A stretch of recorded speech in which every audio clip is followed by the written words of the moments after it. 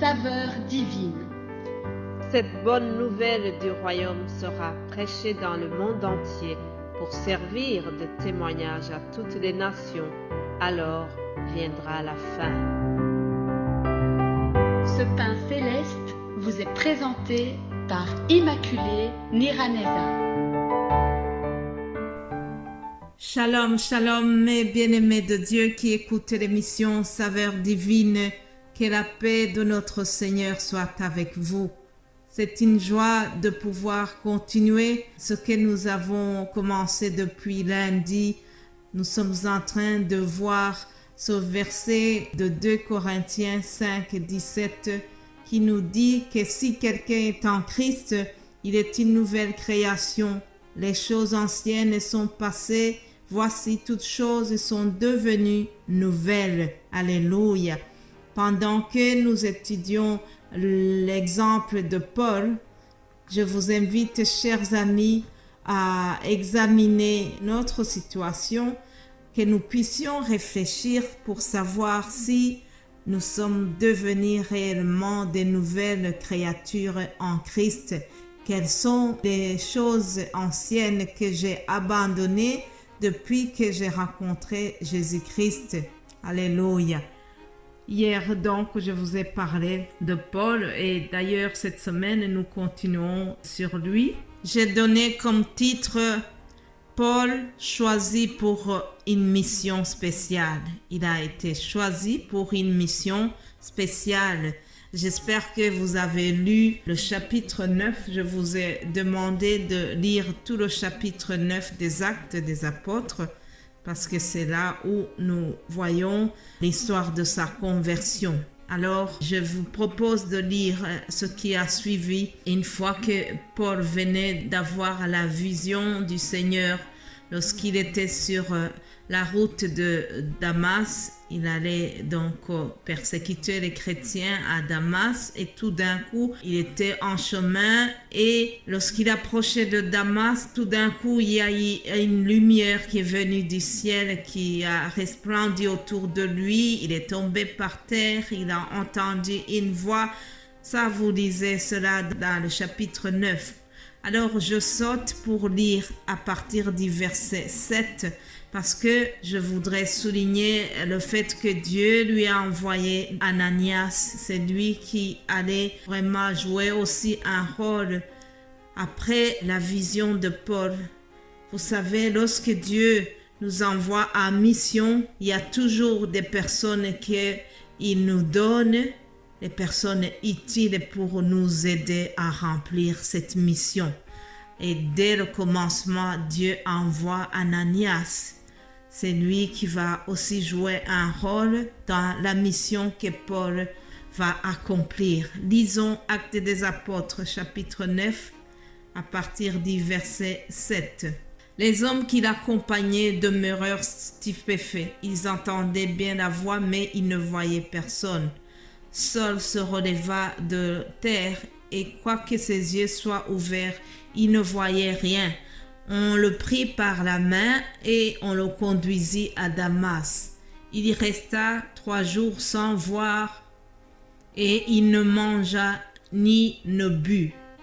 Or, il y avait à Damas un disciple nommé Ananias. Le Seigneur lui dit dans une vision, « Ananias !» Il répondit, « Me voici, Seigneur. » Et le Seigneur lui dit, « Lève-toi, va dans la rue qu'on appelle la droite et cherche dans la maison de Judas un homme Saul de Tarse. Car il prit et il a vu en vision un homme du nom d'Ananias qui entrait et qui lui imposait les mains afin qu'il recouvre la vue. » Chers amis, donc Ananias est envoyé auprès de Paul. Jusqu'ici, il s'appelle Saul de Tarse et le nom de Paul viendra après. Donc, Ananias est envoyé chez lui, mais il sait bien que ce personnage-là, c'est quelqu'un qui a une mauvaise réputation, c'est quelqu'un qui a persécuté les chrétiens. Tout le monde connaît cela.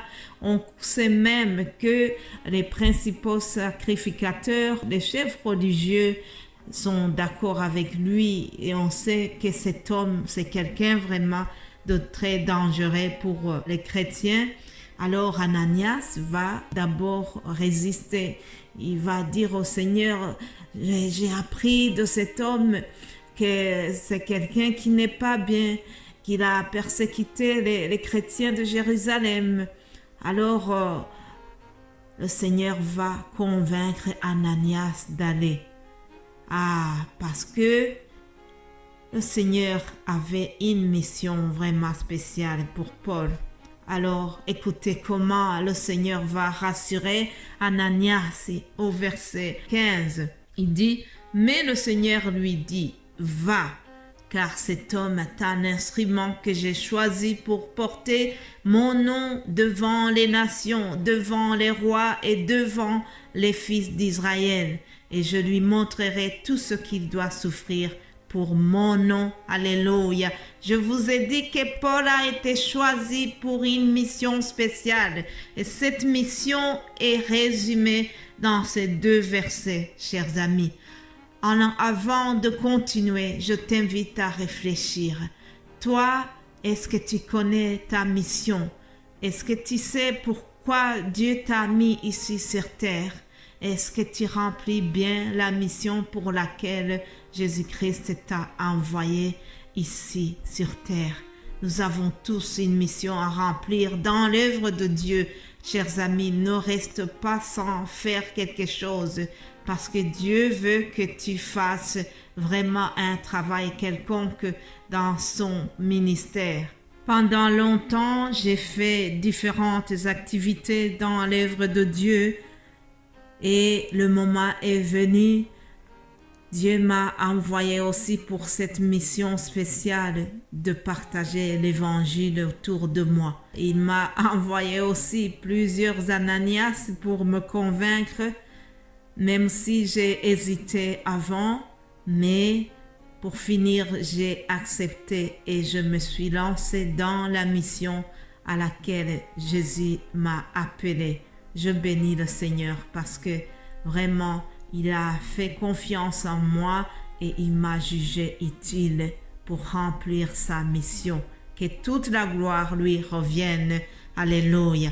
Je reviens donc sur la mission de Paul et il en parle même dans Acte 26. Dans le livre des Actes des Apôtres, chapitre 26, nous voyons qu'une fois Paul était en train de se défendre devant le roi Agrippa, puisqu'on l'avait arrêté, il a dû se défendre et il a rappelé comment le Seigneur lui avait apparu sur ce chemin de Damas et il a repris les propos que le Seigneur lui a donnés ce jour-là. Il dit au verset 17, « Je t'ai choisi du milieu de ce peuple et du milieu des païens vers qui je t'envoie afin que tu leur ouvres les yeux pour qu'ils passent des ténèbres à la lumière et de la puissance de Satan à Dieu, pour qu'ils reçoivent par la foi en moi le pardon des péchés et l'héritage avec les sanctifiés. » Alléluia. Voilà la mission de Paul qui est expliquée encore une fois ici. Quelle belle mission, chers amis. Mes bien-aimés de Dieu, pendant que Pierre, Jean et les autres étaient occupés à prêcher l'évangile parmi les Juifs, Dieu choisit Paul pour l'envoyer au-delà des frontières juives, pour l'envoyer parmi les païens. Et c'est là-bas que Paul a été envoyé pour que les gens passent des ténèbres à la lumière de Christ, comme il est dit dans ce passage. En vous préparant le message d'aujourd'hui, j'ai longuement réfléchi aussi sur la grâce merveilleuse de Dieu. Oui, chers amis, c'est par la grâce que Paul a été choisi. Parce que Dieu n'a pas tenu compte de son passé qui était douloureux. Dieu n'a pas tenu compte de son passé persécuteur. Il l'a choisi malgré la réputation que Paul avait au milieu des gens. Parce que Dieu peut utiliser n'importe qui, chers amis. Ah, la grâce merveilleuse de Dieu peut te tirer d'un endroit où un braqueur de banque peut devenir un grand prédicateur comme Yanis Gauthier. Je vous recommande de lire son histoire aussi, vous verrez la grâce merveilleuse de Dieu. Il y a des personnes que Dieu vraiment choisit pour une mission spéciale et Dieu ne regarde pas à notre passé parce qu'il sait que lorsque tu deviens une nouvelle créature en Christ, il peut t'utiliser pour sa gloire. Alléluia. Je m'arrête ici et nous allons continuer demain. Passez une excellente journée au nom de Jésus. Amen.